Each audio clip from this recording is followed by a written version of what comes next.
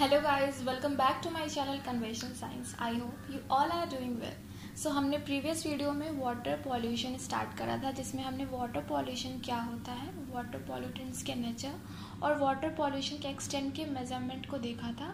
आज हम देखने वाले हैं कि जो भी हमारा वेस्ट वाटर है उसकी हम कैसे ट्रीटमेंट करेंगे, मतलब कि हम सुवेज और वेस्ट वाटर ट्रीटमेंट की स्टडी आज करने वाले हैं। तो सबसे पहले हम देखते हैं कि ये जो वेस्ट वाटर ट्रीटमेंट हम कर रहे हैं इसकी ऑब्जेक्टिव क्या होती है, हम इसको क्यों करते हैं। तो इसके तीन मेन ऑब्जेक्टिव्स हैं: removal of floating and suspended particles, treatment of biodegradable organic materials and the last elimination of disease causing pathogenic micro organism. तो ये हो गया इसके ऑब्जेक्टिव्स के बारे में।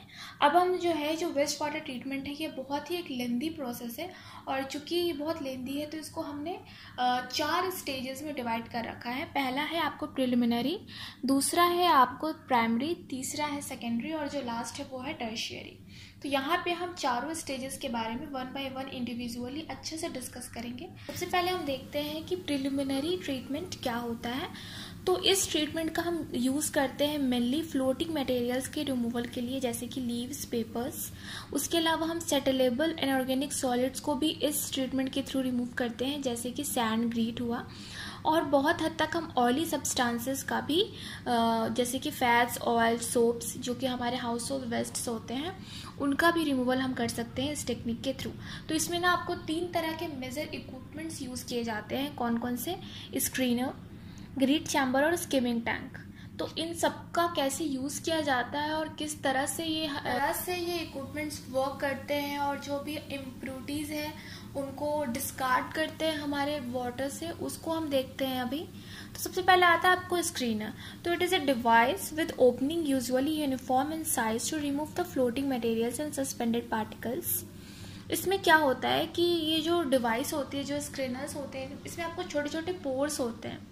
तो क्या होता है कि जब भी हम सूएज को इस तरह के डिवाइस से फ्लो करवाते हैं तो जो पोर साइज होती है वो इस हिसाब से रहती है कि उससे वाटर तो निकल जाता है, लेकिन जो भी उसके अंदर गंदगी होती है, जो भी उसके अंदर इनऑर्गेनिक मटेरियल्स होते हैं, हार्ड मटेरियल्स होते हैं, वो क्या कहते हैं, उसमें ट्रैप्ड हो जाते हैं उन पोर्स में। तो पोर साइज के बेसिस पे ना हम स्क्रीनर्स को डिवाइड भी कर सकते हैं, लाइक कोर्स, मीडियम और फाइन स्क्रीनर्स में। ठीक है। उसके अलावा आपको एक और डिवाइस आता है जिसको हम श्रेडर और कम्युनिकेटर कहते हैं। इसमें क्या होता है, एक तरह का स्पेशल स्क्रीन होता है जो कि कट करता है और रिटेन करता है फ्लोटिंग और सस्पेंडेड पार्टिकल्स को। यहाँ पे आप सबसे पहले देखो, ये है श्रेडर, ये कटिंग के लिए है, और कटिंग करके वो इधर उसको डायरेक्ट कर देता है, और यहाँ पे जितने भी डस्ट पार्टिकल्स हैं ये जो फाइन स्क्रीयर में क्या होते हैं, ट्रैप्ड हो जाते हैं, और यहाँ पे हमारा जो है प्योर स्यूएज आउटलेट बाहर निकल जाता है। ये जो ऊपर वाली फिगर है वो स्क्रीनर की है, एक जनरल स्क्रीनर की, जिसमें कि आपका जब रॉ स्यूएज, इसमें से मतलब जो कि हमारा इम्प्योर वाटर है, जब यहाँ पे जाता है तो यहाँ पे आपको परफोरेटेड मेटल प्लेटफॉर्म दिख रहा है, जाके आपको हल्के हल्के छोटे छोटे आपको पोर्स दिख रहे हैं। वहाँ पे क्या होता है, हमारा जो भी अनडिजायरेबल पार्टिकल्स है वो यहाँ पे ट्रैप्ड हो जाते हैं, और यहाँ पे हमारा प्योर इफ्लुएंट बाहर निकल जाता है। तो इस तरह से जो ये वर्क करता है कौन, स्क्रीनर। फिर हम बात करते हैं ग्रीट चैम्बर की। तो ग्रीट चैम्बर में क्या होता है, इस तरह के इक्विपमेंट का हम तब यूज़ करते हैं जबकि हमें वाटर में से हेवी इनऑर्गेनिक मटेरियल्स का रिमूवल करवाना हो, जैसे कि सैंड, ऐश और अदर्स। तो इसमें क्या होता है, जो टेक्निक है इसका जो मेन प्रिंसिपल है ना वो सेडिमेंटेशन पे बेस्ड है। तो इसमें क्या होता है ना, इसको आप अच्छे से इस डायग्राम के थ्रू समझ सकते हो। देखो यहाँ पे आपको सूएज इनलेट जा रहा है, और यहाँ पे स्क्रीन से पास होते हुए यहाँ पे गए, तो इनमें ये डिवाइस इस तरह से वर्क करती है ना कि यहाँ पे सेडिमेंटेशन की पावर चलती है। जब वाटर यहाँ से जाता है ना, तो जितने भी हार्ड पार्टिकल्स रहते हैं ना, जो कि वाटर से भारी रहते हैं, वो क्या होते हैं, सेडिमेंट करके यहाँ पे जमा हो जाते हैं, और इस तरह से हम इनका मैनुअली रिमूवल कर लेते हैं बाद में। तो इस तरह से वर्क करता है हमारा ग्रीट चैम्बर। अब हमारा लास्ट है जो कि है स्किमिंग टैंक्स। तो इनका हम जनरली तब यूज़ करते हैं जब हमें ग्रीसी और ऑयली मटेरियल्स का रिमूवल करवाना हो, जैसे कि fats, oils, waxes, soaps, etc. ठीक है। तो इनको हम कैसे यूज़ कराते हैं, मतलब किस तरह से यूज़ रिमूव होता है, ये सब कैसे वर्क करता है स्किमिंग टैंक। तो सबसे पहले जो स्किमिंग टैंक की जो कंस्ट्रक्शन है वो कुछ इस तरह से है कि उसमें एक बैफल वॉल पाया जाता है। उसमें बैफल वॉल पाया जाता है, वो क्या करता है कि जो भी पूरा का पूरा स्किमिंग टैंक है ना, वो बैफल वॉल की वजह से ना 3 कंपार्टमेंट में डिवाइड हो जाते हैं। और वो जो तीनों कंपार्टमेंट्स होते हैं ना, वो आपस में क्या होते हैं, इंटरकनेक्टेड होते हैं। तो क्या होता है, जब भी हम क्या करते हैं, कंप्रेस्ड एयर जो है हम फ्लोर से पुश करवाते हैं ना टैंक में, तो जो एयर बबल्स है ना वो रेस करने लगते हैं और कोगुलेट और सॉलिडिफाई कर देते हैं ऑयली और ग्रेसी मटेरियल्स को। तो चूंकि अब ऑयली और ग्रेसी मटेरियल्स कोगुलेट होकर सॉलिडिफाई हो चुके हैं, तो उनको क्या करते हैं, हम साइड कंपार्टमेंट में पुश कर देते हैं। और साइड कंपार्टमेंट में क्या होता है, फिर उसका मैकेनिकली और मैनुअली क्या होता है, रिमूवल होता है। और तो जिसकी वजह से क्या होता है कि जो भी हमारा जो आउटलेट निकलता है वो इन सब गंदगियों से प्योर होता है। ठीक है, तो अब देखते हैं हम प्राइमरी ट्रीटमेंट। तो प्राइमरी ट्रीटमेंट में क्या होता है कि हम इसका तब यूज़ करते हैं जबकि हमें जो फाइन सस्पेंडेड पार्टिकल्स है जो कि प्रिलिमिनरी ट्रीटमेंट के थ्रू जिनका रिमूवल नहीं हो पाया है, उनके रिमूवल के लिए हम लोग प्राइमरी ट्रीटमेंट का यूज़ करते हैं। तो इसका जो मेन प्रिंसिपल होता है ना, वो सेडिमेंटेशन और सेटलिंग पे बेस्ड है। ठीक है, इसमें क्या होता है कि जो भी मतलब वही प्रिंसिपल है कि जो हार्ड पार्टिकल्स रहते हैं, जो वाटर से हेवी रहते हैं, वो आपको सस्पेंड हो मतलब वो सेटल हो जाते हैं। यहाँ पे ना सेडिमेंटेशन की जो प्रोसेस होती है वो ना आपको 2 जगह पे होती है, मतलब कि सेकेंड, जैसे कि आपने तो अब हम देखते हैं प्राइमरी ट्रीटमेंट। तो प्राइमरी ट्रीटमेंट का यूज़ हम तब करते हैं ना, इसका जो एम होता है ना, ऑब्जेक्टिव होता है ना, वो होता है कि फाइन सस्पेंडेड पार्टिकल्स जो कि प्रिलिमिनरी ट्रीटमेंट के थ्रू इनका रिमूवल नहीं हो पाया ना, उनके रिमूवल के लिए हम लोग क्या करते हैं, प्राइमरी ट्रीटमेंट को यूज़ करते हैं। ठीक है, तो यहाँ पे ना क्या, इसका जो मेन प्रिंसिपल होता है ना, वो सेटलिंग और सेडिमेंटेशन पे बेस्ड होता है। ठीक है, अब है ना कि जो भी सेडिमेंटेशन की प्रोसेस है ना, ये 2 जगह पे होती है। जैसे कि मैंने आपको बताया कि जो भी वाटर वेस्ट वाटर ट्रीटमेंट है ना, ये 4 स्टेजेस में होते हैं, primary, preliminary, primary, secondary, tertiary. तो पहले आपको प्रिलिमिनरी हो गया, प्राइमरी, उसके बाद से सेकेंडरी होगा। ठीक है, लेकिन जो ये सेटलमेंट की प्रोसेस है ना, ये जो प्राइमरी ट्रीटमेंट है ना, आपको 2 बार ही होता है। अब आपको लगेगा कि प्राइमरी के बाद ही सेकेंडरी होता है ना, हाँ वो होता है, यहाँ पे आप कंफ्यूज मत करो। प्राइमरी सेटलमेंट हुआ, लेकिन जो प्राइमरी ट्रीटमेंट है ना, इसके खुद 2 सब स्टेजेस है, प्राइमरी सेटलमेंट और सेकेंडरी सेटलमेंट। तो जो ये प्राइमरी सेटलमेंट होता है ना, ये सेकेंडरी ट्रीटमेंट के पहले होता है, और फिर जो सेकेंडरी ट्रीटमेंट के बाद होता है ना, उसको हम बोलते हैं सेकेंडरी सेटलमेंट। ठीक है, are you getting my point. तो यहाँ पे हम बात करते हैं प्राइमरी ट्रीटमेंट के बारे में।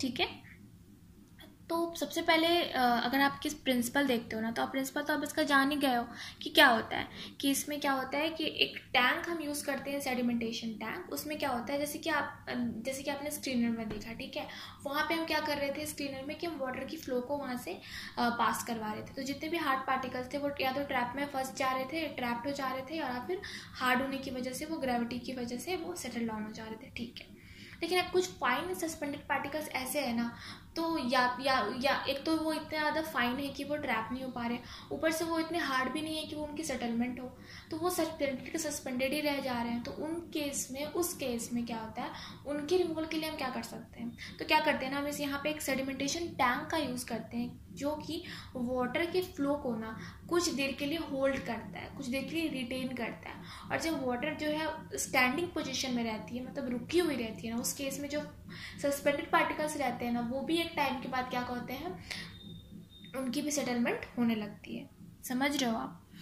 तो जो भी मतलब जिस तरह से वो सेटल डाउन करते हैं ना, तो उसकी भी अलग अलग टाइप्स है। अगर आप सेटलिंग होने की अगर आप टाइप्स देखो ना, किस तरह से हम कोई भी पार्टिकल सेटल डाउन हो सकता है ना, उसकी भी अलग अलग टाइप्स है। जैसे कि आप देखते हो, सबसे पहले आपको डिस्क्रीट सेटलिंग आती है। डिस्क्रीट सेटलिंग में क्या होता है ना, कि जो पार्टिकल्स है ना, वो अपना साइज, शेप और वेट मतलब अपनी आइडेंटिटी लूज नहीं करते हैं सेटल डाउन होने के प्रोसेस में। उसके बाद आपको फ्लोकुलेंट सेटलिंग आता है, जिसमें कि जो कि उल्टा होता है आपको बिल्कुल डिस्क्रीट सेटलिंग का, जिसमें कि ना जो भी पार्टिकल्स के चेंज साइज, शेप और वेट होते हैं ना, वो टोटली चेंज हो जाते हैं, वो टोटली अपना आइडेंटिटी लूज कर देते हैं सेटल होने से पहले। और जो हिंडेड और जोन सेटलिंग होती है ना, उसमें पार्टिकल्स क्या आते हैं, आप एक फिक्स्ड पोजीशन में रहते हैं एक दूसरे के रेस्पेक्ट से, लेकिन फ्लोकुलेटेड होने के टाइम पे क्या होता है, मतलब सेटल होने के टाइम पे ना वो एज ए यूनिट क्या होते हैं, सेटल डाउन होते हैं। ठीक है, उसके बाद आपको कंप्रेशन होता है। कुछ पार्टिकल्स हैं जो सेटल हो ही नहीं पाते, उस केस में क्या होता है ना, हम उनके ऊपर वाले पार्टिकल्स को ना कंप्रेस करते हैं जब उन पे, तो नीचे वाले पार्टिकल्स खुद ब खुद सेटल हो जाते हैं। तो इस तरह के सेटलिंग को हम क्या बोलते हैं, कंप्रेशन सेटलिंग। तो ना हमने अभी देखा कि सेडिमेंटेशन टैंक में सेटलिंग होती है पार्टिकल्स की, ठीक है, लेकिन सेटलिंग जो है वो किस तरह से पार्टिकल्स करते हैं, मतलब किस तरह से सेटलिंग जो है किस किस टाइप की होती है, वो भी हमने देखा अभी, ठीक है। अब आप देखते हो कि अगर हम देखें कि जो भी हम सेडिमेंटेशन टैंक यूज़ कर रहे हैं प्राइमरी ट्रीटमेंट में, है ना, तो उसके भी ना अलग अलग टाइप्स हो सकते हैं सेडिमेंटेशन टैंक के। कैसे, तो ना अलग अलग क्राइटेरिया के बेसिस पे ना सेडिमेंटेशन टैंक को डिवाइड किया गया। और यहाँ पे एक और पॉइंट है कि सेडिमेंटेशन टैंक को ना हम जनरली ऐसे क्लैरिफायर्स भी कहते हैं, ठीक है ना, तो इस चीज़ को आप नोट कर लेना। तो हम अगर सेडिमेंटेशन टैंक का क्लासिफिकेशन कर रहे हैं बेस्ड ऑन डिफरेंट क्राइटेरिया, तो सबसे पहले आता है बेस्ड ऑन शेप। तो शेप के बेसिस पे ना रेक्टेंगुलर, सर्कुलर, स्क्वायर हो सकता है। Based on flow of Suez के हिसाब से ना लॉन्गिट्यूडनल, वर्टिकल, रेडियो, स्पाइरल हो सकता है। Based on purpose and position के हिसाब से प्राइमरी, सेकेंडरी, कोगुलेशन कम सेडिमेंटेशन टैंक्स हो सकते हैं। बेस्ड ऑन ऑपरेशन के हिसाब से बैच टाइप और कंटिन्यूअस फ्लो टाइप हो सकता है, ठीक है। यहाँ पे आपको ना कुछ ऊपर फिगर्स भी दिए गए हैं, जैसे आपको यहाँ पर रेक्टेंगुलर दिखाया गया है, आपको सर्कुलर सेडिमेंटेशन टैंक दिखाया गया है, तो ये सब आपको टाइप्स हो गए। फिर आता है आपको केमिकल एडेड सेडिमेंटेशन। तो देखो, जो भी प्राइमरी ट्रीटमेंट हम अभी पढ़ रहे हैं ना, वो है आपको सेटलमेंट पे बेस्ड है। तो हमने क्या देखा कि हमने इसमें क्या करते हैं कि सेडिमेंटेशन टैंक यूज़ करते हैं जो कि वाटर की फ्लो को कुछ देर के लिए होल्ड कर देता है, और जो हमारे सस्पेंडेड फाइन पार्टिकल्स है वो सेटल डाउन हो जाते हैं, ठीक है। लेकिन कुछ कुछ कंडीशंस में ना सेटलमेंट नहीं होता है, उस केस में हम कुछ कभी केमिकल्स का यूज़ करते हैं। वो केमिकल्स क्या करते हैं ना कि वो जो पार्टिकल्स है ना, वो जो डस्ट पार्टिकल्स है, जो इम्प्योरिटीज़ है ना, उनके साथ मिलकर एक जेलाटिनस प्रेसिपिटेट बना देते हैं, और फिर वो प्रेसिपिटेट क्या होता है, नीचे जाके जमा हो जाता है, नीचे जाके सेटल डाउन हो जाता है। तो जो केमिकल, तो इस तरह से अगर सेडिमेंटेशन होता है केमिकल के मदद से, तो उस तरह के सेडिमेंटेशन को हम केमिकल एडेड सेडिमेंटेशन कहते हैं, ठीक है। तो यहाँ पे जो ये इस केमिकल एडेड सेडिमेंटेशन की जो प्रोसेस होती है ना, वो आपको लगभग 3 स्टेजेस में होती है, कोगुलेशन, फ्लोकुलेशन और सेडिमेंटेशन। सबसे पहले ना कोगुलेशन में क्या होता है ना कि जो चार्ज पार्टिकल्स है ना, वो केमिकल एजेंट्स के वजह से क्या होता है, डीस्टेबलाइज्ड हो जाते हैं, ठीक है। उसके बाद से क्या होता है, फ्लोकुलेशन में क्या होता है कि ना जो डीस्टेबलाइज्ड पार्टिकल्स अब हो गए, वो आपस में क्या होते हैं, एग्रीगेट होने लगते हैं, ठीक है। और जो थर्ड है, चूंकि वो एग्रीगेट हो गया तो वो भारी हो गया, तो क्या उनकी वो सेडिमेंटेशन हो जाती है। तो इस तरह से ये केमिकल एडेड सेडिमेंटेशन जो है वर्क करता है। उसके बाद से आपको कोगुलेंट्स है, मतलब वही जो भी हम केमिकल्स का यूज़ करा रहे हैं सेडिमेंटेशन करवाने के लिए, तो उसमें आप देख सकते हो कि आप उसमें एलम यूज़ करते हो, aluminium sulphate, iron salts use करते हो जैसे कि ferric sulphate, ferrous sulphate, ferric chloride. आप लाइम और सोडा एस यूज़ करते हो जैसे कि सोडियम कार्बोनेट, सोडियम सिलिकेट और सोडियम एल्यूमिनेट भी आप यूज़ करते हो बहुत एक्सटेंड तक। फिर है आपको कोगुलेंट एड्स, ठीक है। तो कोगुलेंट्स का मतलब होता है कि वैसे केमिकल्स जो कि सेडिमेंटेशन को हेल्प कर रहे हैं, और कोगुलेंट एड्स का मतलब होता है कि वैसे केमिकल्स जो कि कोगुलेंट्स के फंक्शन को और ज़्यादा इंक्रीज कर रहे हैं, मतलब उनको हेल्प कर रहे हैं उनके फंक्शन को और बेहतर बनाने के लिए। तो इसमें जो कोगुलेंट्स एड्स का हम यूज़ करते हैं वो है आपको जैसे एक्टिवेटेड सिलिका वेटिंग एजेंट्स, जैसे कि आपको पाउडर्ड लाइमस्टोन हो गया और सिलिका हो गया, और आपको कभी कभी आप पॉली इलेक्ट्रोलाइट्स भी यूज़ करते हो। तो यहाँ पे आपको ये केमिकल एडेड सेडिमेंटेशन की प्रोसेस हो गई। तो आपने देखा कि प्राइमरी सेडिमेंटेशन जो है, मतलब जो प्राइमरी ट्रीटमेंट जो प्रोसेस है, वो उसमें सेडिमेंटेशन होता है बेसिकली, जो कि आपको फिजिकली मतलब जो नॉर्मली भी हो सकता है, या फिर आप उसको केमिकल के थ्रू भी कर सकते हो। तो फिजिकल सेडिमेंटेशन हो रहा है या फिर आपको केमिकल एडेड सेडिमेंटेशन हो रहा है, ठीक है। तो यहाँ पे आपको प्राइमरी ट्रीटमेंट की प्रोसेस भी खत्म होती है। सो आज के लिए इतना ही। अगर आपको आज के वीडियो से कुछ भी डाउट है तो आप कमेंट बॉक्स में पूछ सकते हैं। इसके अलावा आप मेरे इंस्टाग्राम पेज कन्वेंशनल साइंस पे भी मुझे डीएम करके आराम से वहाँ पे अपनी क्यूरीज डाल सकते हो। कोई भी हेल्प चाहिए आप वहाँ पे पूछ सकते हो। And thank you so much for watching my video. If find it useful then please like, share and subscribe. Stay safe, stay home.